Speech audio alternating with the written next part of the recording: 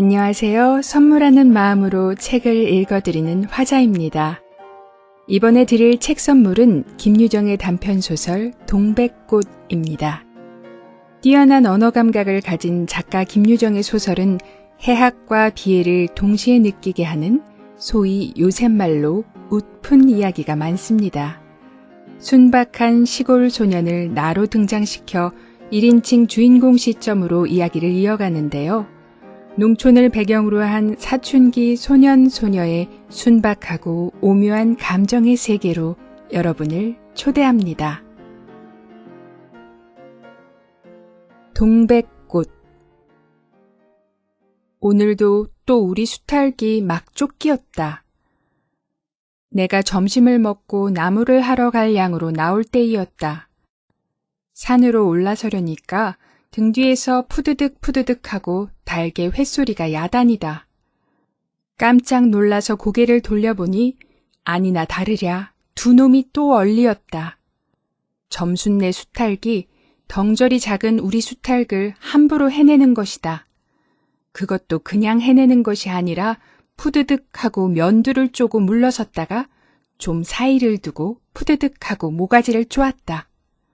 이렇게 멋을 부려가며 여지없이 닦아놓는다.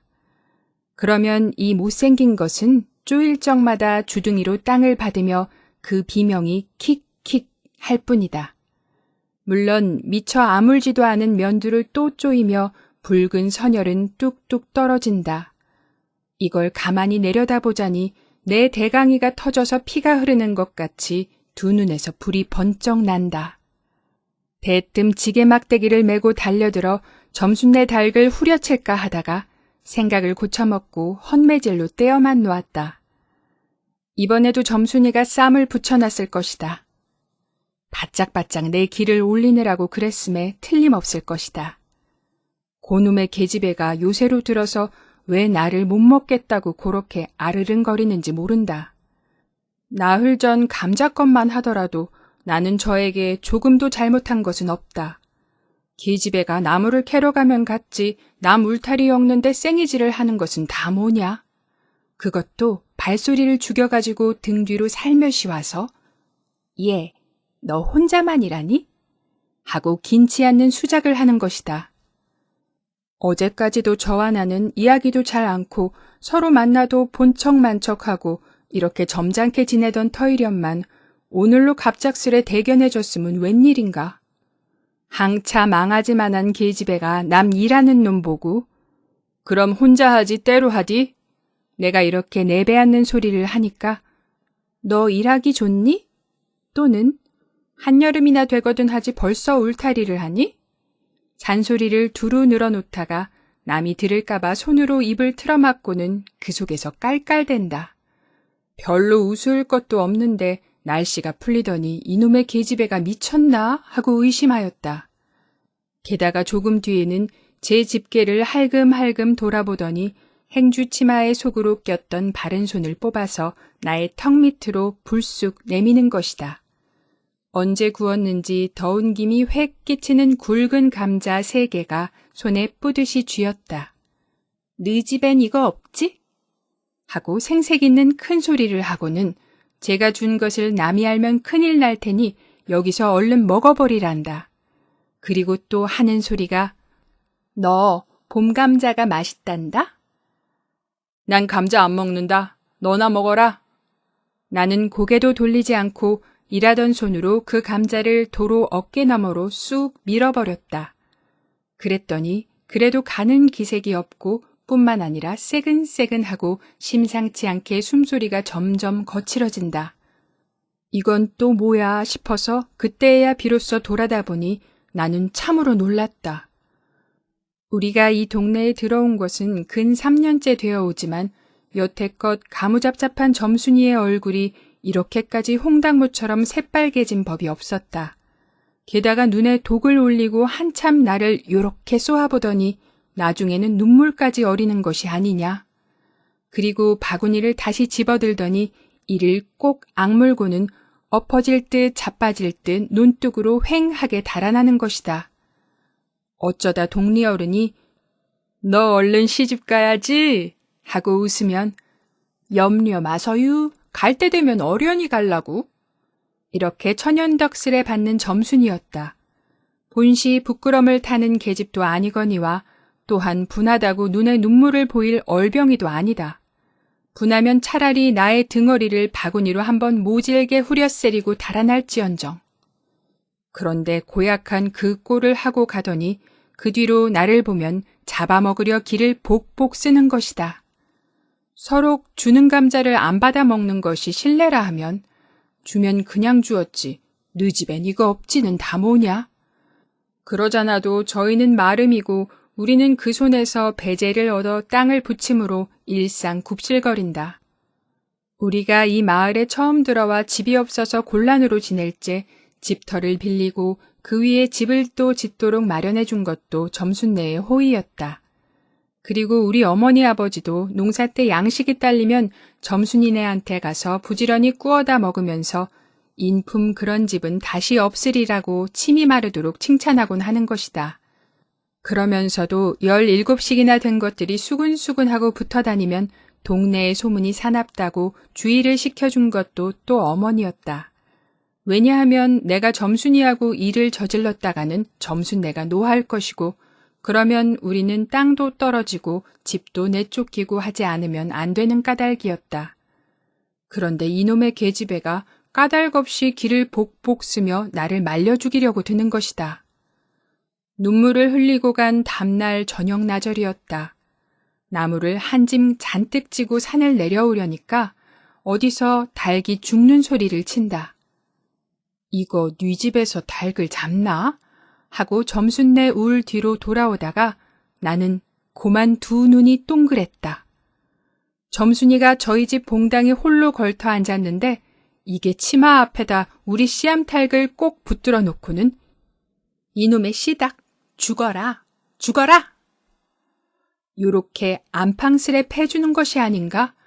그것도 대가리나 치면 모른다마는 아주 알도 못 낳으라고 그 볼기짝개를 주먹으로 콕콕 쥐어박는 것이다. 나는 눈에 쌍심지가 오르고 사지가 부르르 떨렸으나 사방을 한번 휘둘러 보고야 그제서야 점순이 집에 아무도 없음을 알았다. 잡은 참 지게 막대기를 들어 울타리에 중턱을 후려치며 이놈의 계집애 남의 닭 알 못 낳으라고 그러니? 하고 소리를 빽 질렀다. 그러나 점순이는 조금도 놀라는 기색이 없고 그대로 의젓이 앉아서 제 닭 가지고 하듯이 또 죽어라, 죽어라 하고 패는 것이다. 이걸 보면 내가 산에서 내려올 때를 겨냥해가지고 미리부터 닭을 잡아가지고 있다가 내 보라는 듯이 내 앞에서 죄지르고 있음이 확실하다. 그러나 나는 그렇다고 남의 집에 뛰어들어가 계집애하고 싸울 수도 없는 노릇이고 형편이 썩 불리함을 알았다. 그래 닭이 맞을 적마다 지게막대기로 울타리를 후펴치는 수밖에 별 도리가 없다. 왜냐하면 울타리를 치면 칠수록 울섭이 물러앉으며 뼈대만 남기 때문이다. 허나 아무리 생각하여도 나만 믿지는 노릇이다. 아 이년아 남의 닭 아주 죽일 터이야? 내가 도끼 눈을 뜨고 다시 꽥 호령하니까 그제서야 울타리께로 쪼르르 오더니 울 밖에 섰는 나의 머리를 겨누고 닭을 내팽개친다. 예이 더럽다 더럽다. 더러운 걸 널더러 입대 끼고 있으랬니? 망할 계집애년 같으니. 하고 나도 더럽단 듯이 울타리깨를 횡허케 돌아내리며 약이 오를 대로 다 올랐다. 라고 하는 것은 암탉이 풍기는 서슬에 나의 이맛배기에다 물지똥을 찍 갈겼는데 그걸 본다면 알집만 터졌을 뿐 아니라 골병은 단단히 든 듯 싶다. 그리고 나의 등 뒤를 향하여 나에게만 들릴 듯 말 듯한 음성으로 이 바보 녀석아! 너 베넷병신이지? 그만도 좋으련만. 예, 너 아버지가 고자라지? 뭐? 울 아버지가 고자야? 할 양으로 열번거지가 나서 고개를 획 돌려 바라봤더니 그때까지 울타리 위로 나와 있어야 할 점순이의 대가리가 어디 갔는지 보이지를 않는다. 그러다 돌아서서 오자면 아까의 한 욕을 울 밖으로 또 퍼붓는 것이다. 욕을 이토록 먹어가면서도 대거리 한마디 못하는 걸 생각하니 돌뿌리에 채이어 발톱 밑이 터지는 것도 모를 만큼 분하고 급기야는 두 눈에 눈물까지 불끈 내솟는다. 그러나 점순이의 치매는 이것뿐이 아니다. 사람들이 없으면 틈틈이 제 집 수탉을 몰고 와서 우리 수탉과 쌈을 붙여 놓는다. 제 집 수탉은 썩 험상궂게 생기고 쌈이라면 회를 치는 고로 을에 이길 것을 알기 때문이다. 그래서 툭하면 우리 수탉이 면두며 눈깔이 피로 흐드르하게 되도록 해놓는다. 어떤 때에는 우리 수탉이 나오지를 않으니까 요놈의 계집애가 모이를 쥐고 와서 꿰어내다가 쌈을 붙인다. 이렇게 되면 나도 다른 배차를 차리지 않을 수 없었다. 하루는 우리 수탉을 붙들어 가지고 넌지시 장독계로 갔다.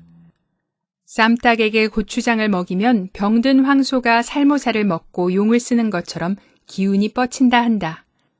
장독에서 고추장 한 접시를 떠서 닭 주둥아리깨로 들여밀고 먹여보았다. 닭도 고추장의 맛을 들였는지 거스르지 않고 거진 반 접시 턱이나 곧잘 먹는다. 그리고 먹고 금시는 용을 못 쓸 터이므로 얼마쯤 기운이 돌도록 회 속에다 가두어 두었다. 마침 밖에는 아무도 없고 점순이만 저희 울 안에서 헌옷을 뜯는지 혹은 솜을 터는지 웅크리고 앉아서 일을 할 뿐이다. 나는 점순네 수탉이 노는 밭으로 가서 닭을 내려놓고 가만히 맥을 보았다. 두 닭은 여전히 얼리어 쌈을 하는데 처음에는 아무 보람 없었다. 멋지게 쪼는 바람에 우리 닭은 또 피를 흘리고 그러면서도 날개 쭉지만 푸드득 푸드득 하고 올라뛰고 뛰고 할 뿐으로 제법 한번 쪼아보지도 못한다. 그러나 한 번에 어쩐 일인지 용을 쓰고 펄쩍 뛰더니 발톱으로 눈을 하비고 내려오며 면두를 쪼았다. 큰 닭도 여기에는 놀랐는지 뒤로 멈실하며 물러난다. 이 기회를 타서 작은 우리 수탉이 또 날쌔게 덤벼들어 다시 면두를 쪼니 그제서는 감때 사나운 그 대강이에서도 피가 흐르지 않을 수 없다. 옳다, 알았다. 고추장만 먹이면 되는구나 하고 나는 속으로 아주 쟁그러워 죽겠다. 그때에는 뜻밖의 내가 닭쌈을 붙여놓는데 놀라서 울 밖으로 내다보고 섰던 점순이도 입맛이 센지 눈살을 찌푸렸다. 나는 두 손으로 볼기짝을 두드리며 연방 잘한다 잘한다 하고 신이 머리끝까지 뻗치었다. 그러나 얼마 되지 않아서 나는 넋이 풀려 기둥같이 묵묵히 서 있게 되었다. 왜냐하면 큰 닭이 한 번 쪼인 안가품으로 호들갑스레 연거푸 쪼는 서슬에 우리 수탉은 찔끔 못하고 막 골른다. 이걸 보고서 이번에는 점순이가 깔깔거리고 되도록 이쪽에서 많이 들으라고 웃는 것이다. 나는 보다 못하여 덤벼들어서 우리 수탉을 붙들어 가지고 도로 집으로 들어왔다. 고추장을 좀 더 먹였더라면 좋았을걸. 너무 급하게 쌈을 붙인 것이 퍽 후회가 난다. 장독깨로 돌아와서 다시 턱 밑에 고추장을 들이댔다. 흥분으로 말미암아 그런지 당최 먹질 않는다. 나는 할 일 없이 닭을 반드시 눕히고 그 입에다 권련 물뿌리를 물리었다. 그리고 고추장 물을 타서 그 구멍으로 조금씩 들여부었다. 닭은 좀 괴로운지 킥킥 하고 재채기를 하는 모양이나 그러나 당장의 괴로움은 매일같이 피를 흘리는데 될 게 아니라 생각하였다. 그러나 한 두어 종지가량 고추장 물을 먹이고 나서는 나는 고만 풀이 죽었다. 싱싱하던 닭이 왜 그런지 고개를 살며시 뒤틀고는 소나귀에서 뻐들어지는 것이 아닌가. 아버지가 볼까 봐서 얼른 회에다 감추어 두었더니 오늘 아침에서야 겨우 정신이 든 모양 같다. 그랬던 걸 이렇게 오다 보니까 또 쌈을 붙여 놓으니 이 망할 계집애가 필연 우리 집에 아무도 없는 틈을 타서 제가 들어와 회에서 꺼내가지고 나간 것이 분명하다. 나는 다시 닭을 잡아다 가두고 염려는 스러우나 그렇다고 산으로 나무를 하러 가지 않을 수도 없는 형편이었다. 소나무 삭정이를 따며 가만히 생각해보니 암만 해도 고년의 목쟁이를 돌려놓고 싶다. 이번에 내려가면 망할련 등줄기를 한번 되게 후려치겠다 하고 싱둥벙둥 나무를 지고는 불이 나게 내려왔다. 거집안 집에 다 내려와서 나는 호두기 소리를 듣고 발이 딱 멈추었다. 산기슭에 널려있는 굵은 바위돌 틈에 노란 동백꽃이 소보록하니 깔리었다. 그 틈에 끼어 앉아서 점순이가 청승맞게 시리 호두기를 불고 있는 것이다. 그보다도 더 놀란 것은 그 앞에서 또 푸드득 푸드득 하고 들리는 닭의 횟소리다. 필연코 요년이 나의 약을 올리느라고 또 닭을 집어내다가 내가 내려올 길목에다 쌈을 시켜놓고 저는 그 앞에 앉아서 천연스레 호두기를 불고 있음에 틀림없으리라. 나는 약이 오를 대로 올라서 두 눈에서 불과 함께 눈물이 퍽 쏟아졌다. 나무찌개도 벗어놓을 새 없이 그대로 내동댕이 치고는 지게 막대기를 뻗치고 허둥허둥 달려들었다. 가까이 와보니 과연 나의 짐작대로 우리 수탈기 피를 흘리고 거의 빈사지경에 이르렀다. 닭도 닭이려니와 그러함에도 불구하고 눈 하나 깜짝 없이 그대로 앉아서 호두기만 부는 그 꼴에 더욱 치가 떨린다. 동네에서도 소문이 났거니와 나도 한때는 걱실걱실이 일 잘하고 얼굴 예쁜 계집애인 줄 알았더니 시방 보니까 그 눈깔이 꼭 여우 새끼 같다. 나는 대뜸 달려들어서 나도 모르는 사이에 큰 수탉을 단매로 때려 엎었다. 닭은 푹 엎어진 채 다리 하나 꼼짝 못하고 그대로 죽어버렸다. 그리고 나는 멍하니 섰다가 점순이가 매섭게 눈을 홉뜨고 닥치는 바람에 뒤로 벌렁 나자빠졌다. 이놈아! 너 왜 남의 닭을 때려 죽이니? 그럼 어때? 하고 일어나다가 뭐 이 자식아? 누집 닭인데! 하고 복장을 떼미는 바람에 다시 벌렁 자빠졌다. 그러고 나서 가만히 생각을 하니 분하기도 하고 무안도스럽고 또 한편 일을 저질렀으니 인젠 땅이 떨어지고 집도 내쫓기고 해야 될는지 모른다. 나는 비슬비슬 일어나며 소매자락으로 눈을 가리고는 얼김에 엉 하고 울음을 놓았다. 그러나 점순이가 앞으로 다가와서 그럼 너 이담부텀 안 그럴 테냐? 하고 물을 때에야 비로소 살 길을 찾은 듯 싶었다. 나는 눈물을 우선 씻고 뭘 안 그러는지 명색도 모르건만 그래 하고 무턱대고 대답하였다. 요담부터 또 그래봐라. 내 자꾸 못 살게 굴 테니. 그래 이젠 안 그럴 테야. 닭 죽은 건 염려 마라. 내 안 잃을 테니. 그리고 못에 떠다 밀렸는지 나의 어깨를 짚은 채 그대로 퍽 쓰러진다. 그 바람에 나의 몸뚱이도 겹쳐서 쓰러지며 한창 피어 퍼들어진 노란 동백꽃 속으로 폭 파묻혀버렸다. 알싸한 그리고 향긋한 그 냄새에 나는 땅이 꺼지는 듯이 온 정신이 고만 아찔하였다. 너 말 마라. 그래. 조금 있더니 요 아래서 점순아! 인연이 바느질하다 말고 어딜 갔어? 하고 어딜 갔다 온 듯 싶은 그 어머니가 역정이 대단히 났다. 점순이가 겁을 잔뜩 집어먹고 꽃 밑을 살금살금 기어서 산 아래로 내려간 다음 나는 바위를 끼고 엉금엉금 기어서 산 위로 치 빼지 않을 수 없었다. 지금까지 화자였습니다. 평안하세요.